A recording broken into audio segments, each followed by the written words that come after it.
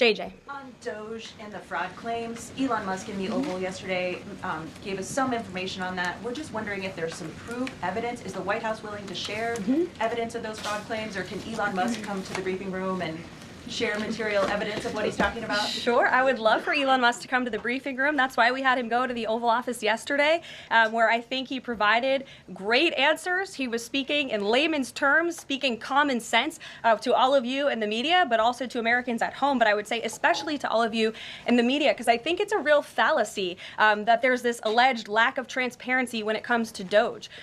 President Trump and Elon Musk have been incredibly transparent on what Doge is doing. There is an X account with the Doge handle. They are tweeting out what they are doing on a daily basis. They have a website where they are posting the receipts of the contracts that they are reviewing and the payments that they have stopped from going out the door. The secretaries of our departments have stopped from going out the door. And I would also say that before it was Elon Musk making our government efficient and accountable, it was some unnamed bureaucrat that none of you knew. Elon Musk is the richest man in the world. He's also now one of the most highly scrutinized men in the world alongside President Trump because of what he's doing and the access that he is allowing. So there's great transparency. As for the actual receipts, we are happy to provide them, and I actually brought some today because all of you know I love to bring the receipts. We have contracts upon contracts that we can send and provide this information to you. Let me be very clear. We are not trying to hide anything. We have been incredibly transparent, and we will continue to be. These are screenshots of contracts that Doge found across our government.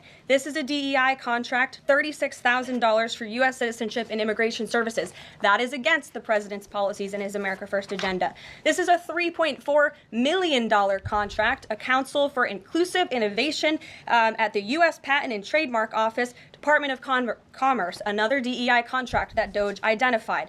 I can continue to go through these. Oh, I love this one, $57,000 for climate change in Sri Lanka. What is this doing to continue the interests of the American people? Absolutely nothing. These are the line items across the federal government that Doge is identifying daily. They're moving very fast. There's a lot of paper that we can show you, but we're happy to do it. This administration has been more than transparent about what Doge is doing. And here's one of their tweets that they posted about the mine. I believe this is in Pennsylvania, where the federal employee retirement system is being processed. Did anybody know this was even happening in our country before Elon Musk talked about it in the Oval Office yesterday? A lot of Americans didn't. So we are providing transparency and accessibility on a daily basis when it comes to Doge. And I also have a Doge daily report, if anybody would like it, on all of the things that they are identifying and finding. We're happy to provide this information to you. We're talking about it every single day. Are all those things you just mentioned fraud, or are they waste, or are they just contrary to the president's policies? I would argue that all of these things are fraudulent, they are wasteful, and they are an abuse of the American taxpayer's dollar. This is not what the government should be spending money on. It's contrary to the president's priorities and agenda. And again, we can continue to provide you the receipts for all of the fraud, waste, and abuse. And if anybody in here wants to argue that the federal government is not fraudulent in some capacity, be my guest, because I think the American people watching at home would beg to differ. Karoline. Mary. Hey, more on the judges. Does the White House believe the courts have the authority to issue these nationwide injunctions?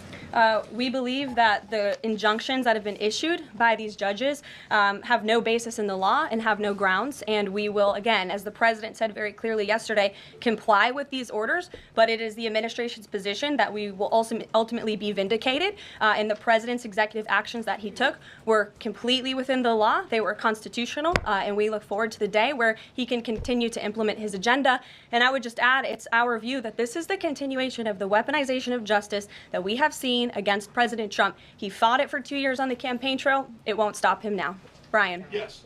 I want to go back to Doge just for a second. Earlier, the subcommittee headed by Chairman Marjorie Taylor Greene, her and her staff discovered $2.7 trillion in improper payments to Medicare, Medicaid, overseas, to people who should not have gotten it. Some of this room might have missed that press conference. Can you elaborate on what the president is thinking at this point? Well, again, that's another example. There's a very long list of the fraud, waste, and abuse that Doge is identifying on a daily basis. Elon Musk also talked about yesterday about Social Security payments that are going out the door for people who are no longer with us, unfortunately. I would say that is certainly fraud. There's also a lot of contracts they've identified that, just as a hypothetical example, are $1 million, but only 500,000 went out the door. So where's the rest of that cash? And so that's the thing. Those are the things that DOGE is working on every single day. And I would just remind everybody in this room, this is what President Trump campaigned on doing. He's delivering on a promise that 77 million people elected him to do.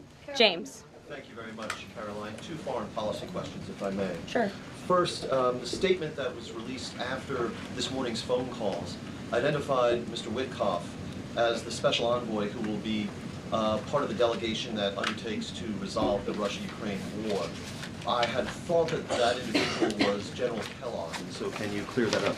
Sure, I'd be happy to. As you mentioned, the president, in his truth, following the phone call with Vladimir Putin, said that he has asked Secretary of State Rubio, the director of the CIA, John Ratcliffe, our national security advisor here at the White House, Michael Watts, and Steve Witkoff to lead the negotiations. As for General Keith Kellogg, he remains a critical part of this team in this effort. He's played a tremendous role in getting the negotiations to this point, and he's very much still part of the Trump administration. The other subject is Iran. I took note of President Trump's comments in his Super Bowl interview with our colleague Bret Baier to the effect that he wants to do a deal with Iran. However, that interview appeared after the supreme leader of Iran, the Ayatollah Ali Khamenei, had already ruled out any additional negotiations with the United States. So kind of a two-part question. A, what gives the president any confidence that Iran will come to the table? And B, more fundamentally, why is the president interested in doing a deal with Iran instead of doing everything he can, perhaps short of U.S. military intervention, to try and hasten the end of what many of his own supporters regard as an evil regime? Well, the president has made it very clear that he will never allow Iran to have nuclear capabilities. That is a red line that he has drawn, and he will not allow that to happen. But you asked why President Trump wants to make a deal. I would remind you, he's the master of the art of the deal. He is America's deal maker in chief. He leads from a position of securing peace through strength. And I think time and time again already, in just 4 weeks, we have seen the president being able to negotiate successful deals with our partners, our adversaries all around this world. The release of Mark Fogel just last night is something that I think speaks to the president's deal-making ability. This is something that the Biden administration allegedly tried to do for 3.5 years. I think you all should go back and ask some of those Biden administration officials what they even tried to do and why weren't they successful, because for 3.5 years Mark Fogel sat in a Russian prison, and it took President Trump 3 weeks to get him back on American soil. There's nobody better at making deals than Donald Trump. Caroline, Phil Wegman. Thank you. Two foreign policy questions. Ukrainian President Zelensky has said after the war that he wants NATO membership or nuclear weapons. We heard Defense Secretary Hegseth say that NATO membership was unrealistic. What's the president's view on the other option, on a nuclear Ukraine? I have not talked to President Trump about Ukraine's NATO membership or their nuclear capabilities. I would leave it to him to discuss. But I will tell you again that Secretary Rubio and also the Vice President, J.D. Vance, will be meeting directly with President Zelensky in Munich on Friday, and I'm sure they will provide a readout of that conversation and that discussion. And then the second question, given that this administration has called on Europe to take more responsibility for their own defense, I'm wondering, will the EU or any other European nation other than Ukraine be involved in these peace talks? I don't have any European nations who are involved currently to read out for you. Certainly, the president has employed a very strong team or deployed a very strong team to continue these negotiations. And the fact that he was on the phone with both President Putin and President Zelensky today shows that he's very much involved in this effort as well. And then just a follow-up, I guess. Sure. Should we expect the president to negotiate in person with Zelensky and Putin? I don't have anything to read out on that for you today. Maggie, good to see you. Thanks for taking the question. You talked about the transparency with Doge and Elon Musk's press availability yesterday. There is a conflict of interest law in place that says that people who have personal interests can't interact with government entities that could touch on those. Has President Trump signed a waiver for Elon Musk? Does such a thing exist? If it does, will you guys release it in the interest of transparency that he's committed to? I have not seen the law that you are referring to. What I can tell you is that Elon Musk, as I've confirmed before, is a special government employee. He is filing the proper financial disclosure, and he is complying with all applicable federal laws. As you also heard, Elon address this directly yesterday in the alleged conflict of interest, and he said everything he's doing is very public, and if you all perceive a conflict of interest, you're welcome to bring that up. And as the president said, if he feels like Elon is engaging in something that's a conflict of interest, he will tell Elon not to do that. And Elon also said yesterday that before he moves forward with anything, he consults with the President of the United States. So we're very confident with the ethics and the guardrails that have been put in place here. Caitlin. Thanks, Caroline. I have a few things for you, but on the commitment by President Trump, he said that he and President Putin agreed to visit each other's respective nations. Are there any preconditions that President Trump has that President Putin must do before he goes and meets with him, withdrawing some forces, withdrawing all forces, anything like that? Not that I'm aware of. That doesn't mean they don't exist, but I was just talking with the president in our national security team. I wasn't made aware of any conditions, but if they exist, I'm happy to provide those. And on the president himself, he styles himself as this master negotiator. He is now deploying these negotiations, saying that they start immediately. We did hear from the Defense Secretary, Pete Hegseth, though, today saying that NATO membership is not realistic for Ukraine and neither is returning to pre-2014 borders.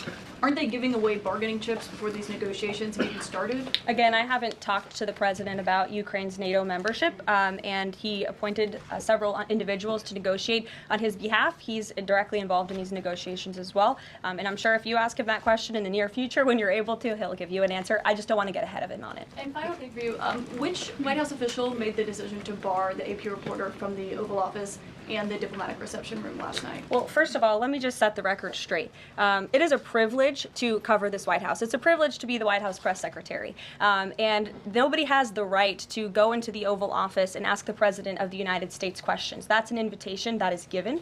And there are hundreds of outlets on this campus, many of you in this room who don't have the privilege of being part of that pool every single day and getting to ask the President questions. We reserve the right to decide who gets to go into the Oval Office. And